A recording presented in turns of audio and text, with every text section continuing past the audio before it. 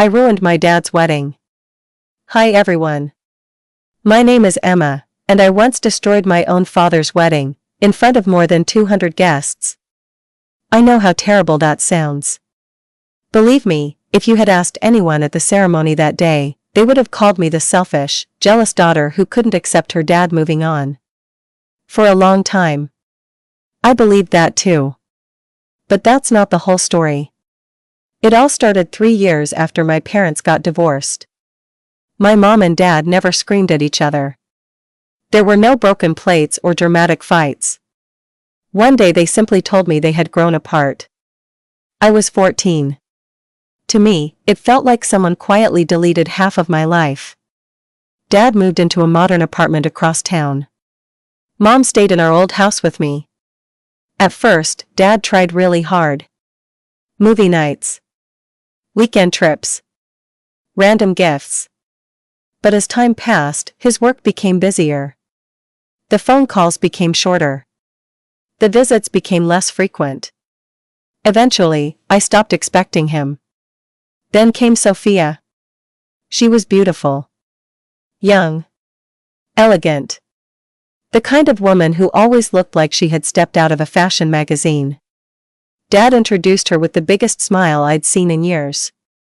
This is Sophia. She smiled warmly. I've heard so much about you. I wanted to smile back. Instead, I just nodded. Something about everything felt wrong. Within months, Sophia was everywhere. Family dinners. Holiday photos. Dad's social media. Even my old bedroom at his apartment had become the guest room. She wasn't mean to me. Actually, she was almost too nice. She always bought me expensive gifts. Always complimented me. Always asked how school was going. It felt rehearsed. Perfect. Like she wanted everyone to believe she was the perfect future stepmom. The more perfect she seemed, the less I trusted her. Then strange things started happening. Dad forgot my birthday dinner. He missed my school performance. He even canceled our annual camping trip. Every excuse somehow involved Sophia. She isn't feeling well. We already made plans. We'll do it next month. Next month never came. Mom never spoke badly about Dad. But sometimes I'd catch her staring at old family photos. She'd quickly wipe away tears before I noticed. That only made me angrier. One afternoon, while Dad was in another room, Sophia's phone buzzed on the kitchen counter. I wasn't trying to snoop. Really. But the message lit up the screen. I miss you already. Last night was amazing. No name. Just a heart emoji. My stomach dropped. Another message appeared. I can't wait until everything is over. Everything is over? What did that even mean? I immediately took a picture of the screen. Sophia returned before I could see more. She smiled like nothing had happened. From that moment, I became convinced she was cheating on my dad. I started paying attention to everything. She disappeared for hours without explanation. She whispered during phone calls. Sometimes she'd quickly lock her phone when I entered the room. Every clue fit my theory. I wanted to tell Dad immediately. But then I thought, what if he didn't believe me? He loved her. Completely. So I decided I needed proof.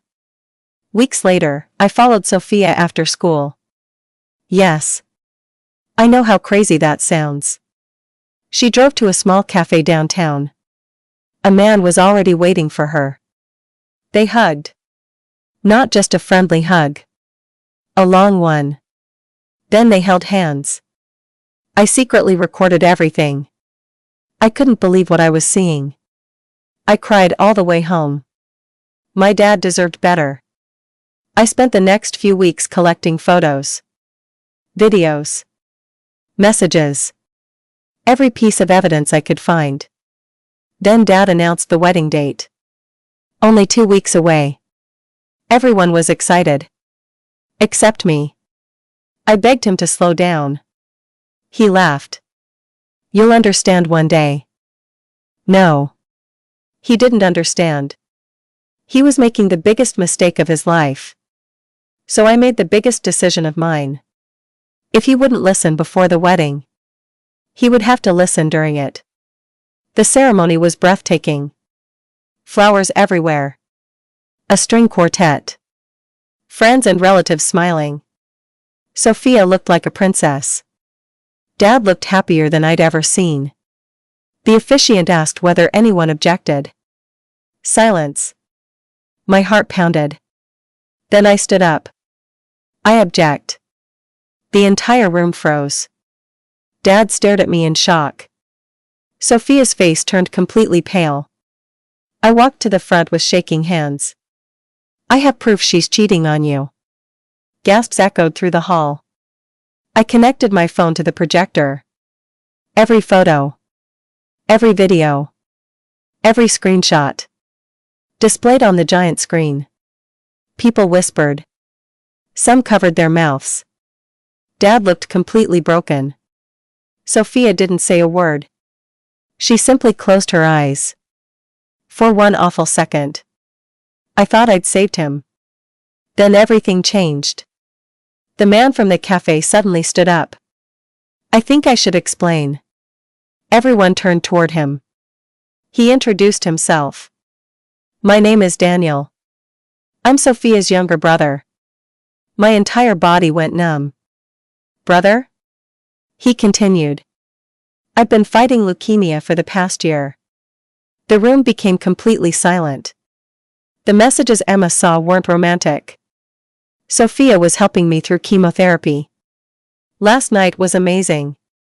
Because he'd finally received good news from his doctors.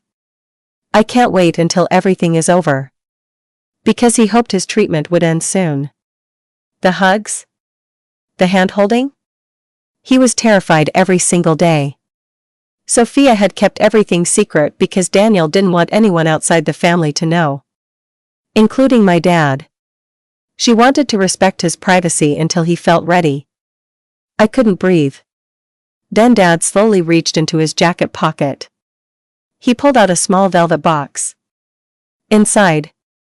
It was another ring. Not an engagement ring. A family ring. He looked at me with tears in his eyes. I was going to give this to Sophia today. He smiled sadly. She asked me weeks ago if she could officially adopt you after the wedding. I felt like the floor disappeared beneath me. She hadn't been trying to replace my mom. She'd been trying to become another person who loved me. And I had just humiliated her. In front of everyone she cared about. The wedding was cancelled. Not because Dad was angry.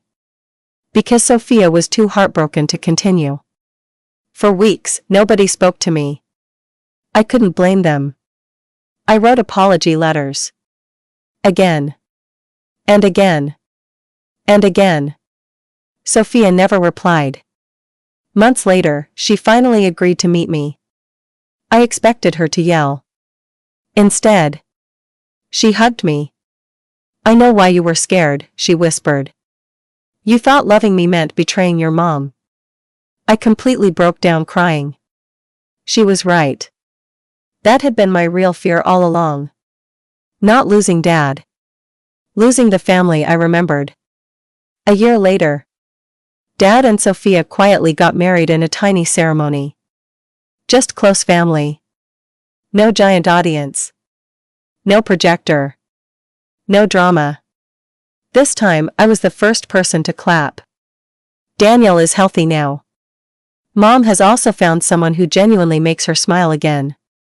And for the first time in years, our strange, blended family actually feels like a family. Looking back, I learned something I'll never forget. Sometimes we don't see the truth. We only see the version our fears create. Assumptions can destroy trust faster than lies. And love doesn't always replace the people we've lost. Sometimes, it simply makes room for more people. As for me, I'm studying psychology now because I never want fear and misunderstanding to control my choices again. Dad still jokes that I owe him one wedding. Maybe he's right. But every now and then, Sophia smiles and says, "At least our wedding story is unforgettable." And honestly, she's not wrong. There's one more thing, though. Last month, I found an old letter my parents wrote to each other before their divorce. I've never opened it. Maybe one day I will. Maybe that's another story waiting to be told.